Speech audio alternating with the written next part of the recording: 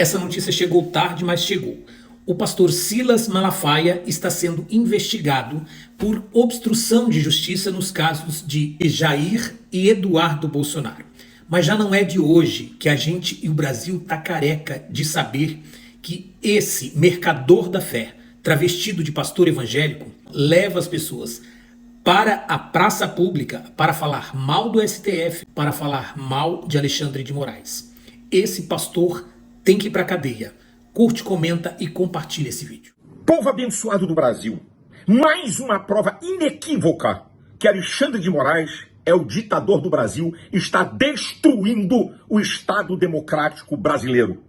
Há 4 anos, em mais de 50 vídeos e em todas as manifestações, eu venho denunciando os crimes de Alexandre de Moraes, citando a Constituição e as leis ordinárias.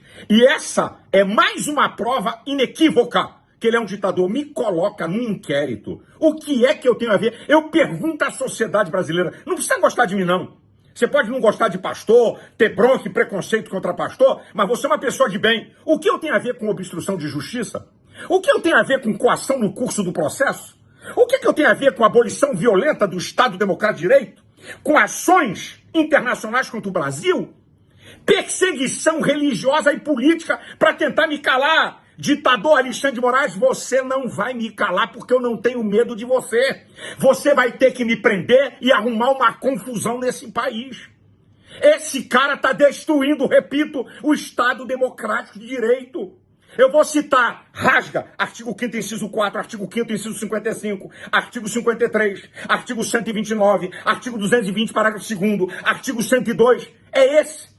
Ele diz que era vítima de uma tentativa para matá-lo, está em suspeição, artigo 254 do Código Penal. O coronel Cid quebrou o acordo de delação, como diz a lei, ela tinha que ser cancelada. Ele não cancela por quê? Porque toda a denúncia do procurador-geral contra Bolsonaro e a direita está sustentada nessa farsa dessa delação. Minha gente, até onde isso vai? Senhores senadores, até onde isso vai?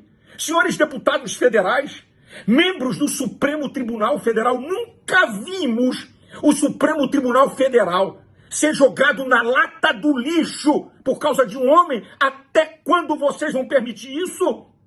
Grande parte da imprensa, com exceções, até quando vocês vão proteger esse criminoso que repete o que o ditador da Nicarágua faz e persegue padres, freiras, bispos, o que os comunistas da China fazem, perseguem, prendem e matam religiosos, o que os estados islâmicos radicais fazem, prendem e matam cristãos, pastores e padres?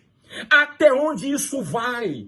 Até onde isso vai? Eu venho denunciando nos 10 últimos vídeos o que pode acontecer com o Brasil, dando um alerta de sanções muito piores, não só a autoridade, mas a nação brasileira. Quer dizer que o Brasil vai pagar o preço por causa de um homem que rasga a lei, que promove perseguição política. Bolsonaro, um ex-presidente, em prisão domiciliar porque falou. Onde está na Constituição a proibição de expressar opinião? Artigo 5º, inciso 4, a liberdade de expressão. Artigo 220, parágrafo 2º, é vedada a censura. Como é que isso pode acontecer? E nós estamos calados, vendo toda essa desgraça que esse ditador está realizando. Repito, Alexandre de Moraes, eu não tenho medo de você. Eu convoco o povo brasileiro. Em tudo que é cidade do Brasil, pela liberdade, vamos reagir de maneira pacífica. 7 de setembro, manifestação em tudo que é cidade. E na Avenida Paulista, a partir das 14 horas. Quer me calar? Tá com medo das minhas posições? Que vergonha! Até onde isso vai? Até onde isso vai? Acorda, povo brasileiro! A nossa nação está em perigo por causa de um homem, de um ditador. Tenho dito e não vou parar por aqui não. Vai vir outras coisas aí. Deus abençoe você, sua família e tenha misericórdia. Gente, o caso do influenciador Ítalo Santos que nós divulgamos é muito mais grave do que nós imaginávamos.